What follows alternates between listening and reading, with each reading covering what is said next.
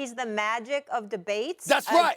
Do you have anything? Do you have anything to say about I heard him. That's right. I heard him. That's right. I heard. Hey, if he's the magic of debate, then what that makes me? What that makes me? If you the magic, what that makes me? The sidekick. Sidekick. That's what that makes you. The sidekick. Whatever. That's what that makes you. Whatever.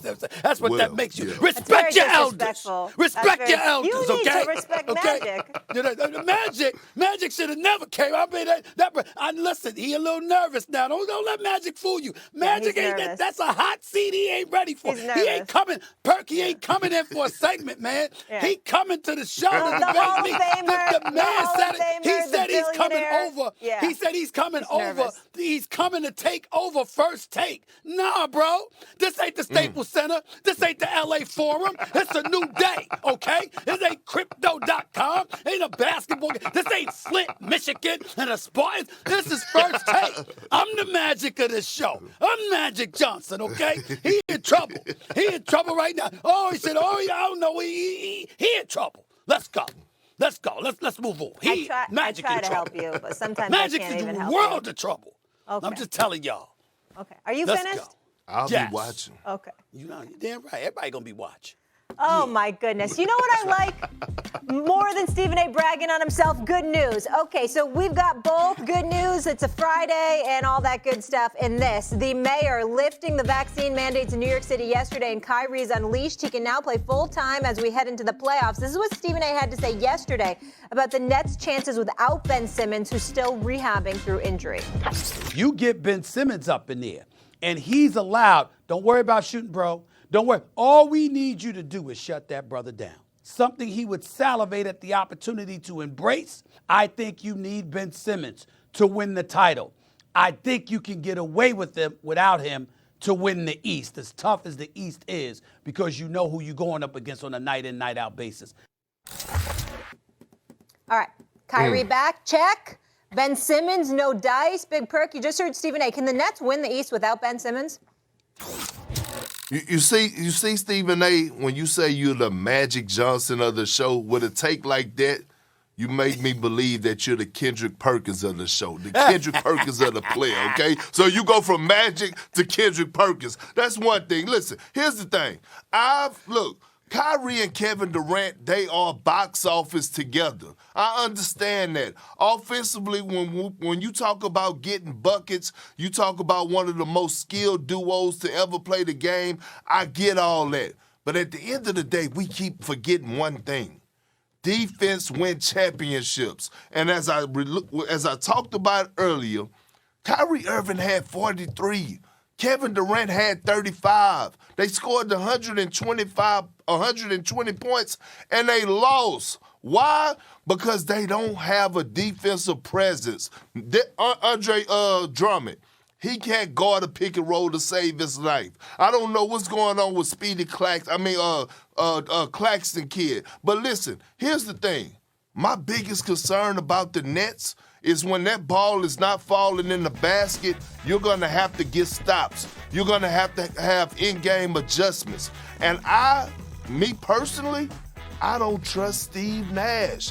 He has given me no reason to trust him. KD and Kyrie has bailed them out every single time with historical performances. Until I can see Steve Nash make in-game adjustments, which he's going to have to do, especially in the Eastern Conference this year, going against guys like Eric Spoelstra, Doc Rivers, guys to that nature, I can't see the Nets winning the East, especially without Ben Simmons. I can't. I'm not guaranteeing it. We got to see it, but I can't. Let me tell you something, man. Defense wins championships, but offense wins games. And when you've got a prolific offense, which they have when Kyrie and KD are on the floor together, it takes a Memphis to take them out, okay? I'm talking about the Eastern Conference. I ain't talking the title now. I'm talking about the Eastern Conference. When I look at the Eastern Conference, I'm going to go on the record and say something.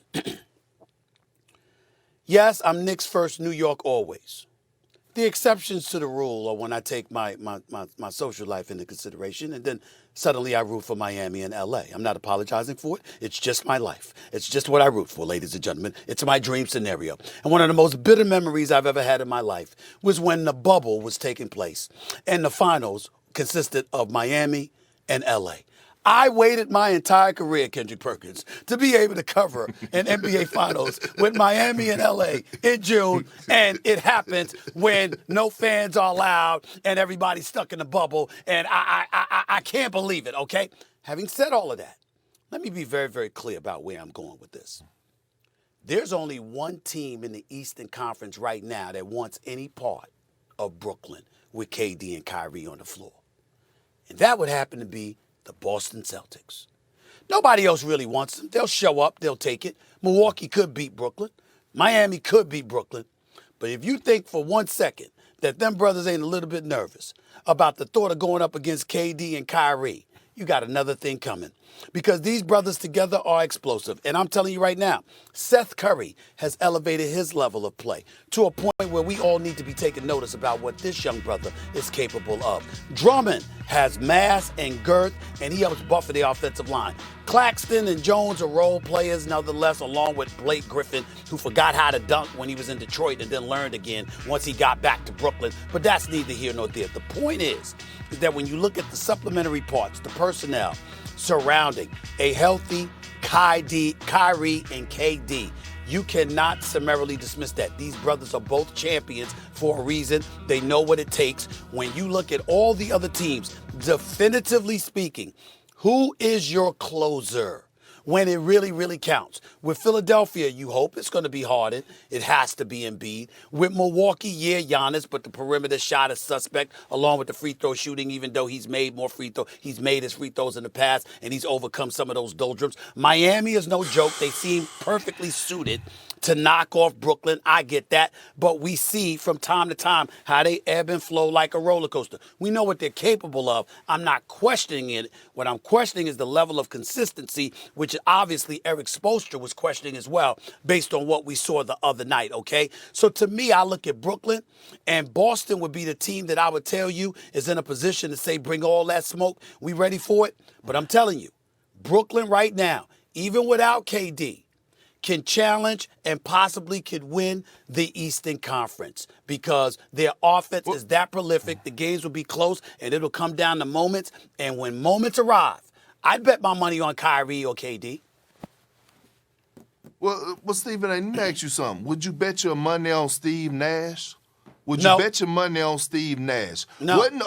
Okay, so that's my point. When we get down to the nitty-gritty, when we get down to the scout report, when we get down to those in-game adjustments, making adjustments at halftime, making adjustments on the fly, defensive schemes, offensive schemes, because it's going to become a point in time where rotations matter. It's going to come a point in time where teams are going to start doubling Kyrie and KD as soon as they touch the ball. Yep. Do you have faith? Do you have faith in Bruce Brown? Can I answer that? Do you have faith in guys? Yeah, go ahead. First of all, I do have some faith in Bruce Brown. I do have some faith in Seth Curry. I do have some faith in some of those guys. That's number one. But number two, I want to throw this because I want to ask you this question before we get out of this segment. Steve Nash, is he a better coach now than he was last season?